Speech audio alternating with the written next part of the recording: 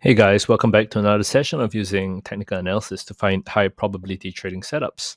So today we're going to look at dollar franc, right? And one thing I like about dollar franc is this breakout that we're seeing over here, right? It looks like a sort of a bullish breakout in terms of price, right? And at the same time, we can see that there is a quite nice overlap support over here that we're seeing, right? So from a graphical perspective, this is the kind of more or less level which I'm kind of looking at.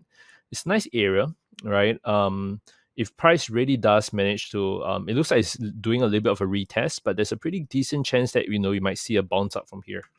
Okay, yeah, it's a pretty decent chance, right? You can see that there's also ascending support, kind of pushing prices up slightly higher. We're gonna put this as a green arrow, green trend line. So it's looking kind of nice, right? I would still wait for price to kind of inch down lower to this key overlap area because prices bounce off many, many times around this area, right? So it's a pretty nice overlap area that we're looking at, right? And from there, if you're playing this bounce, how high can we play a bounce to? If you want to be um, conservative, I would say conservative, right? One of the key levels you can look to play it to is up here, right? This would be the main take profit you're looking at. And a stop loss, keep it pretty tight over here, have a very nice risk to reward setup, looking for price to kind of make a push up all the way to there, right? It is worth taking a note that in the Ichimoku cloud, we can see that price has crossed over the bearish cloud. So it's signaling that, there's a little bit of bullishness that we're seeing over there.